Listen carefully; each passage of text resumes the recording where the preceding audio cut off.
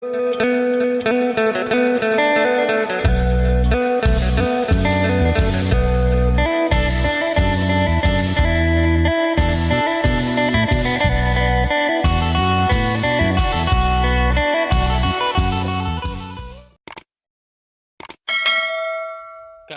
สบายดีและสวัสดีเนาะพ่อแม่พี่น้อง FC เมื่อสุขูสุคนเนาะ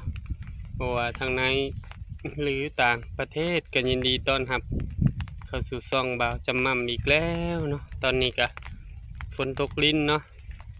ก็จิไปเยี่ยมยามไปหาแม่ตู้คือเก่าเนาะไปหาแม่ตู้คำครอบครัวแม่ตู้คำแล้วก็ไปหาพอเฒ่าคูณเนาะพอฝนตกลิ้นเพิ่นกินข้าวแรงกันยังเนาะโอเคเนาะพ่อแม่พี่น้องไปหับชมกันเลยเด้อ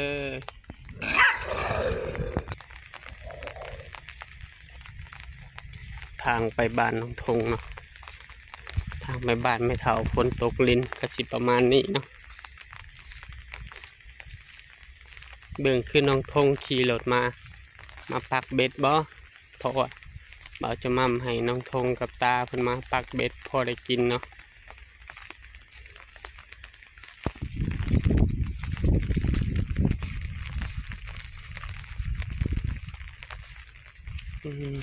เห็นกำลังมัดบอดดังไฟหนึ่งเขาพ่อแม่พี่น้องเห็ดไม่งามเนาะแมงตาเป็นเห็ดยังเพิ่นกินเขาหรือบ่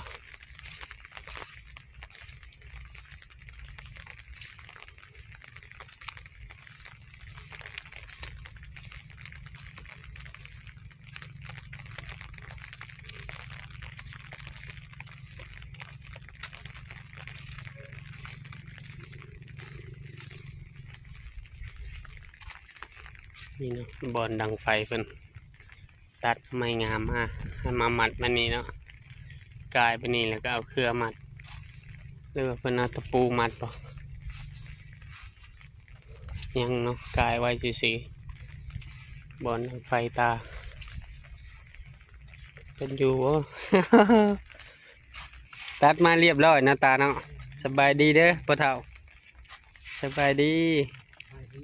หนาวบ่ตากฝนแก่พื้นเนี่ยเย็นเลยเนาะเหมือนได้ยันเป็นไข้หวัดเป็นหยังกินข้าวแรงนะเจ้านะยังหนึ่งข้าวอยู่คุณบ่เงินไม่เท่าแล้วเนาะแล้วแล้วบ่ล่ะหนึ่งแล้วไปเออ อันนี้ไผเห็ดซอยขุดเองเลยเออฮันดิโอ้ละสละได้เอาไม้งามมาเห็ดหนาวเล็กตากพลมันมือตรงใส่ก็ได้น้ำใช่น้ำได้ไม่เท่าพอเท่าน้ำฝนเน้นก้นรถไทยนะครับมันบกหัวโอ้ยล่างถวยล่างบวง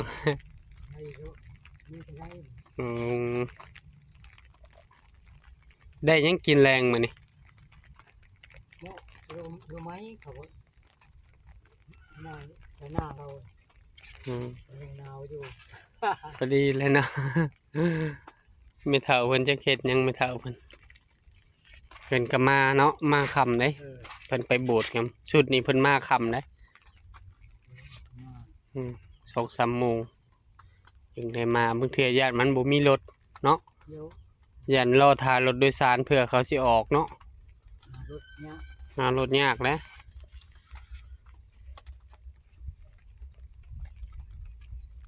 ไปหาอันนั้นก็เด้อผ้าห่มเจ้าก็มีบ่ผ้าห่มนาอยู่บ่มีอยู่นาอยู่บ่หรือบางตานาอยู่อุ่นอยู่เนาะโอ้มีเสือมีเครือพร้อมอ๋ออุ่นอยู่นอนหลับคักอยู่เนาะรับคักอยู่ได้ตูบน้อยนี่ก็ได้เนาะดีอยู่ได้มันยังไงนี่มุกปลาในมุกนี่ค่ะยังบ่ทันในมุกบ่ในมุกนะมันไปพูดแล้วมันยังหนาวเจ้าหนาวอยู่นี่ยังคันนั่นเท่ากับหน่วยนะโอ้โหแล้วก็ได้ทุกนั่นแหละเนี่ยว่ะหาจิเบิ่งก่อนเลยเจ้าเข้าไปเอาเบิ่งไปแล้วเข้าไปเอาแล้วมาเอาเครือเอายังมัดก็ได้เนาะเอาไม้เต็งก็ได้เอาไม้เต็งกายแล้วก็เต็งแนบเนาะแนบเอาแนบเอา เอาไว้อันนั้นเลย คือมัดเลี้ยง นั่นแหละโอ้คักเข้าไปเอาโลดตา2แผ่นเนี่ยฮะพอได้เห็นมุงเจ้า จุบอยู่เนาะ ชุดอยู่เนาะชุด จุบอยู่เนาะ พอดีแหละพอได้อันนั้น ถ้าบ่หายได้ บ่ให้ดอกครับบอกมันอันนั้นแหละมันอันนั้นเบิดแหละ เขาป้า อย่ามันปิ้วปะแล้วบอกน้าบ่าวดอกก็เลยเอาไปใส่ก่อน มันดอกมันยังเมดเลยปลาไว้ในพื้นปวกเขากินเด้ มันคือดินซื้อเลย แมนมันอยากชอด จะเข้าทางใดเข้าทาง นี่เขาในแจนย่างเข้าไปแจนี่นะครับเอาไม้แนมเอาแล้วก็ดังไฟยามกลางคืนนะนะคือเสียงหลุดน้องทงผูกกายไปฝุ่นละไปหาไม่เถ่ากันเด้อตา พวกเขาเบิ่งคนว่านั่นคือ เข้าไปเบิ่งปีนเข้าขันจะบอกเขาจนย่างเข้านะข้างนั่นก็ได้นะ2แผ่นนะมาโลดมันนอนอยู่นะฮะพอเจ้าดังไฟยังมือแรงนะตาดังไฟอูดยุ่งแล้วเฮ้ยฝนตกนี่เนาะกองพื้นพอเถ่าคูนเนาะเบิกฝนตกก็ไม่เถ่าน้ำเต็มตลอดเลยดีใจนะไม่เถ่า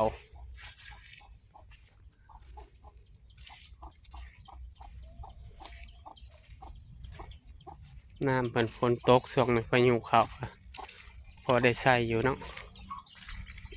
เพิ่นก็ขวดทานแล้วเรียบร้อย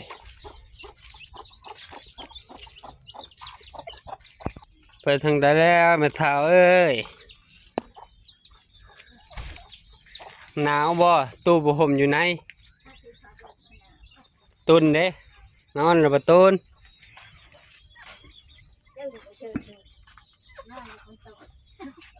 ฮะ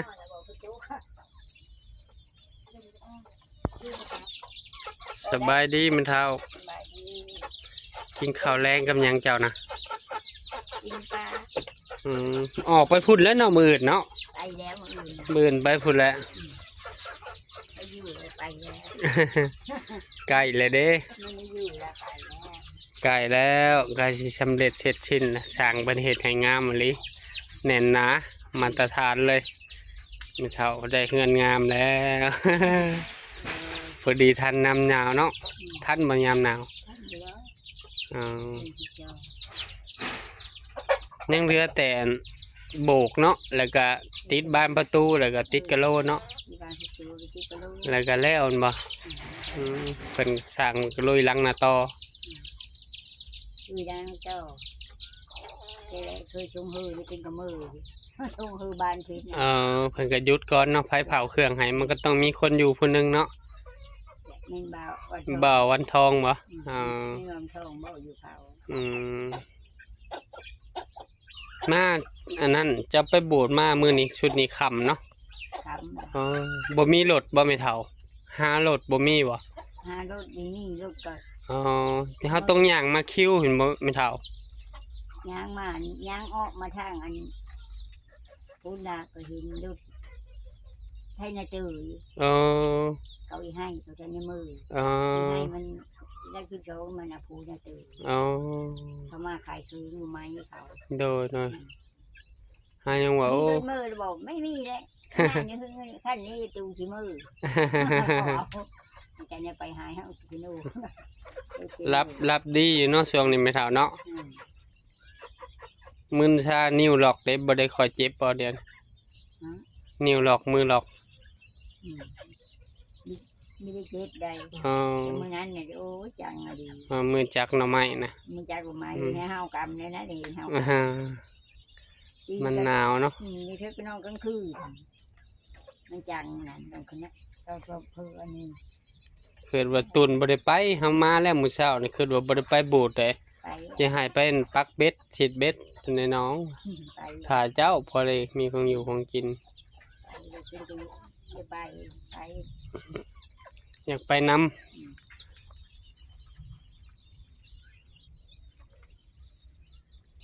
พอเฒ่าว่าสิมามกอะไรหยังก็จะแบ่งหยังให้ ป่า แบ่งปลาเออ แต่ในมุกจะไปมามกรู้แล้ว อืม ทุกคนก็ไม่เอ็ดคือ ก็แล้ว ค่อยมกแล้ว เพิ่นเฮ็ดอันมุงอันดังไฟนะเอาสังกะสีให้2แผ่นพอได้ มุงดัง แม่น่ะ อูดยุงพร้อมในยังกำขังกลางคืนเนาะ ยุงพร้อม ไล่ยุงพร้อมมาแล้วมันก็สะดวกสบาย เพลงกับพ่อดอก ย่างไปย่างมาพัด มันก็มัน ยกเนาะ อ่า ไปชื่อไป เบิ่งคืนหนาวๆของเพิ่นแข่ง หนาวคอยกับ แข่งพ่นเอาพื้นเด้กับน้องทง แม่ ก็สิหนาวๆหั่นแหละเย็นนะบัดนี้ เย็นในหนาวแล้ว อาบน้ำเนาะไม่เท่าอาบแต่เว้นพุสักแห้งบ่ ไม่อาบเลย บ่ได้อาบมันนะ อาบแล้วหนาวมื้อนี้ เท่าสักแห้ง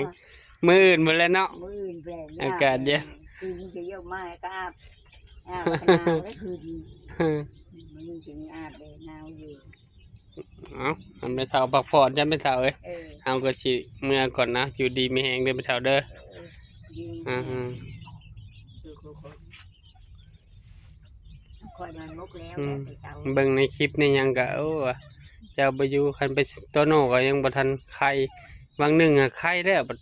บ่แล้วบัดขึ้นอีกไปฉีดยา2 เข็ม ลูกนะ แม่นแล้วก็บ่ไข้เบิ่งหนึงอะไข้แล้ว มี เสร็จโตเสร็จหยังกินยาแหละมันก็ขึ้นอีกแต่ฝนมาอีกแน่บัดนั่นน่ะไอมันจะลงปอดหั่นนะ อายคน ก็เลยต้มน้ำอุ่นให้โตโน่กินต้มน้ำขิงต้มหยังนอนเด้นอนหลัดแรง นอนหลัดแรงตื่นมาก็บ่ได้รับเลยแล้วมื้อนี้ซอดแจ้งปั๊บ ไม่ได้เอาโอ๊ยนอนเนี่ยบ่ หนาวเลยเนาะอ่ะไปก่อนเป็นเท่าเด้อ เฮาก็มาจอบเบิ่งช่วงนี้เฮาก็ยังได้น้ำอยู่เนาะเป็นเท่าเนาะฝนตกอยู่ช่วงนี้มุงโลดตา ลูกจะบอก เบิ่งนี่เนาะแล้วเฮาก็สิหานั่นมาได้อยู่อีกแผ่นหนึ่งพอดีบ่ตา ได้สั่งได้ ได้อยู่เนาะ แต่เฮาซ่อนทางลุมนี่ เอา เอามาไอ้ก่อนโอ้พักแล้วสั่งนี่ ได้แล้วพอได้ดังเนาะตา มันบ่โหก็ได้นะ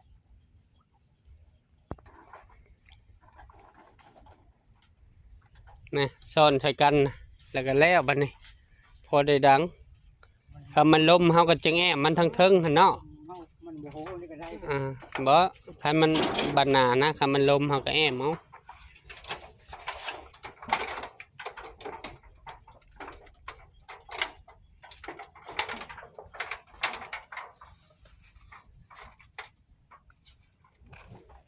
เอาก็ปิดทางนี้เนาะ กวบลงบัดนี้ ต้นลงแล้ว กวบลงแผ่นหงายเด้ตัวน่ะกวบลง เดี๋ยวไหน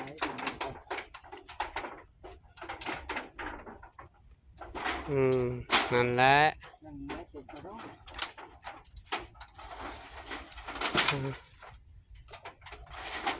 ปีนขึ้นตุ่มแหลมๆ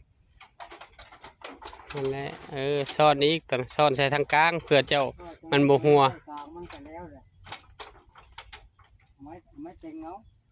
ใส่ทางกลางแล้วเฮาก็เอาไม้เต็ง ไม้เต็งเลย ปกกลางปกให้มันเพียงกับตัวทางกลางแล้วก็ใส่มันไหลลงทางใน แล้วเอามากับพูดแล้วอย่ามาไหล แม่นละดันขึ้นให้มันเสมอกับตัวน่ะตัวทางเทิงน่ะนิ้วขึ้นเอาไม้ดันขึ้นให้มันเสมอกันตาบ่แล้วมันลงพื้นเด้มันลุงที่ยามาแล้ว นิ้วไปเสมอกันไปจับทางก้นให้มันเสมอทางหลังนะตาแม่นแบบเวลามันฝนตกมันจึงบริซ้อนกันโอเคดึงขึ้นยับขึ้นอีกตาได้บ่ ได้เลย ได้แล้วโอเคก็เอาไม้แน่บนแล้วตาบัดนี้ โอ้ยตอนนี้บ่โหได้ แน่มันก็พอได้ดังเลยเด้เห็นบัดนี้มีแต่บาดหน้าพอแล้วเขาก็จังคอยแอนในแถวหัวหั่นเพราะว่ายานพลศาสตร์มาทางนั้นนะ ยามันต้องมันโบมันยังลงนี่แหละ โอเคอยู่ขึ้นเสมอ เอาไว้มาเต็มก้อน ไม่น้อยไม่สร้างไผ่เจ้าเอามาเห็นยังไงนี่ เขายังไปตัดมาสกุลเฮ็ดแม่นเพิ่นจะเป็นมะขามนั้น เอา ไม่แม่นให้มะขามเอาตัวไม้ค่ะ ตั้งไม้ เพิ่นว่าตาเพิ่นเอาไม้มาแนบเนาะ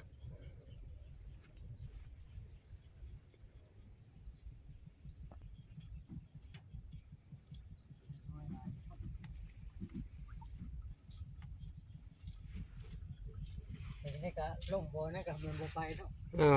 เต็งยาวเลยก็ได้ เต็งควงไปก็ได้ มีความทักจะคุณเนาะ แม่นสัตว์ไปพูดเลยสอด บ่มีไปตำเนาะ บ่สอดแช่นตะนางเลย ต้องไปได้บ่ สอดใส่ครับเอาไปน้อยแล้วสอดใส่ เอาบ่หายบ่ให้ บ่เป็นหยังฝากพ่อๆแม่ๆเนาะเป็นกำลังใจเสาคูณนี่เด้อแล้วก็ไม่ตู้คำเนาะฝากกดติดตามบาจามัมกดไลค์กดแชร์เนาะอย่าลืมกดกระดิ่งเพื่อบ่พลาดคลิปใหม่ๆของบาจามัมเนาะบาจามัมก็สิขอตัวลาพ่อแม่พี่น้องไปก่อนเนาะกล่าวคำว่าสบายดีสบายดีสบายดีตา สบายดี ได้เตาใหม่เนาะได้หม่องดังไฟใหม่ ดังไฟอยู่นั่นแห โอ ละ เคบัดนี้ ขอบใจ อ่า อืม